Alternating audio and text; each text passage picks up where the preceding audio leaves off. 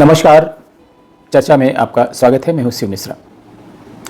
कर्नाटक सरकार के एक निर्देश से उद्योग जगत में हड़कंप मचा हुआ है और ये निर्देश ये है कि ऐसे सभी संस्थान, बहुराष्ट्रीय कंपनियां, इंडस्ट्री मेजर्स, प्राइवेट सेक्टर के सभी ऑर्गेनाइजेशन जिनके इस्टेब्लिशमेंट कर्नाटक की सीमा में है, उन सभी के लिए ये अनिवार्य कर दिया गया है कि वो अपने नोटिस बोर्ड पर प्रोमिनेंटली डिस्प्ले करें कि उनके संस्थान में कितने कर्मचारी हैं और उसमें से कन्नड़ कितने हैं। इसका उद्देश्य क्या है ये समझना मुश्किल नहीं है। इसका उद्देश्य यह है कि ये जानना कि उस संस्थान में कन्नड़ लोगों की संख्या कितनी है, और अगर ये संख्या कम हुई, ये सामान्यतः होता ही है, तो ये सरकार कानून बनाएगी कि इसमें मिनिमम 50%, 60% या 75% कर्मचारी राज्य के होने चाहिए। और सरकार ने ये स्पष्ट कर दिया है कि जो भी संस्थान ये डिस्प्ले नहीं करेंगे, सरकार के इस निर्देश की अवहेलना करेंगे, उनके विरुद्ध कार्रवाई की जाएगी और उनको जो अनुमति दी गई है अपना कार्य संचालन के लिए कर्नाटक में, वो अनुमति वापस ली जा सकती है। और ये भी स्पष्ट कर दिया है कि इन आंकड़ों के बाद सरकार दिशा निर्देश तय करेगी, यानी दिशा निर्देश में यही आएगा कि कितने कन्नड़ लोग होने चाहिए। इसमें उद्योग जगत ने बहुत ही तीखी प्रतिक्रिया दी है। उद्योग जगत के विभिन्न प्रतिनिधियों ने कहा कि ऐसा करना मुश्किल होगा।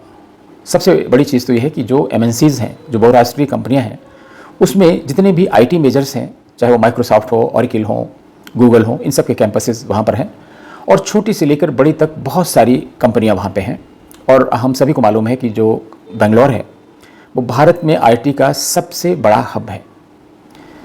स्टार्टअप्स का तो गढ़ है, केंद्र है।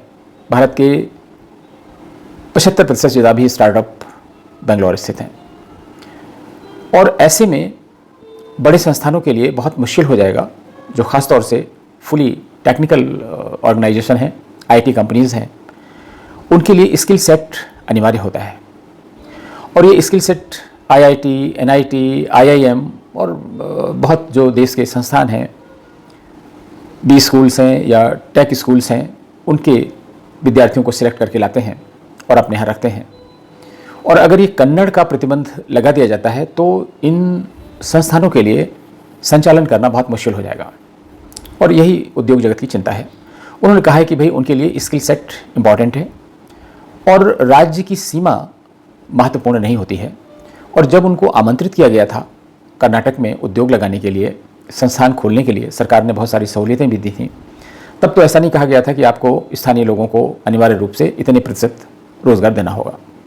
अभी भी जो लोग कन्नड़ होते हैं उनको रोज़गार तो मिलता ही है, प्रोवाइडेड वो उन पोजीशंस के लिए सुटेबल हों। तो एक तो बहुत बड़ी समस्या आने वाली है।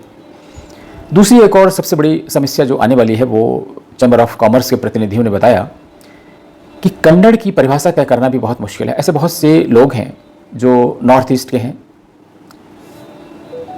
उत्तर भारत के राज्यों के हैं, वो उनको रहते हुए दशकों हो गए हैं, पीढ़ियों से कर्नाटक में रह रहे हैं, लेकिन उनको कन्नड़ नहीं आती।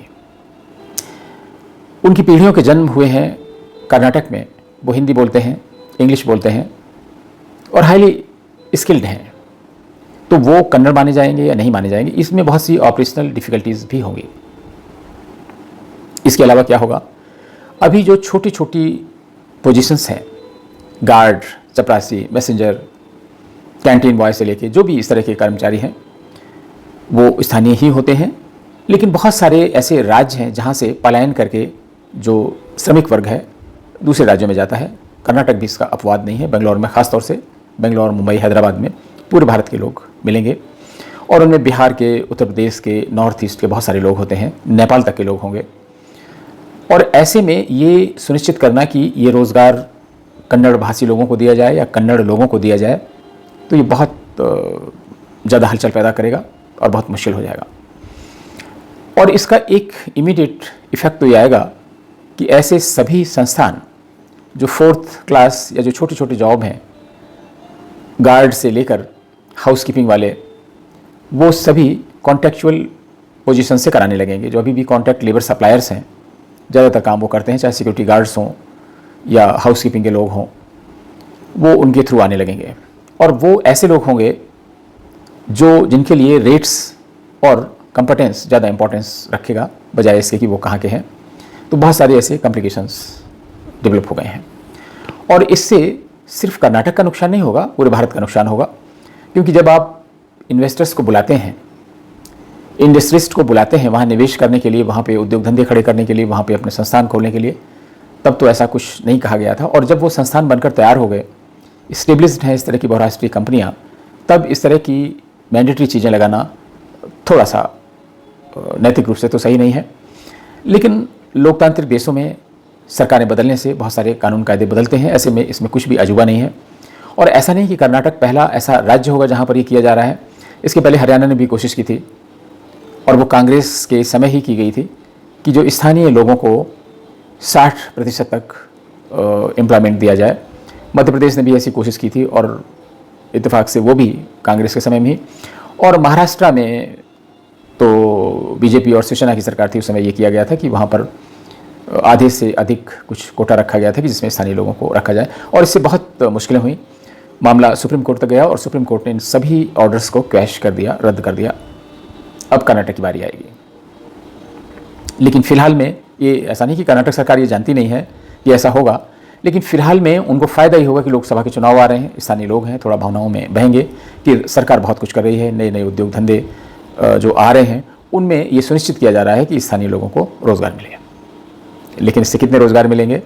मुझे तो लगता है कि इससे रोज़गार छिनने के चांस ज़्यादा आ जाएंगे।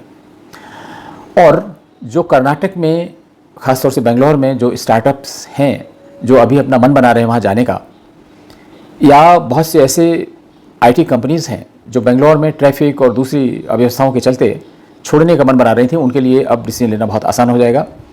वो दूसरी जो सेकंड बेस्ट लोकेशन होगी हैदराबाद जैसी, वहाँ पर मूव कर जाएंगे।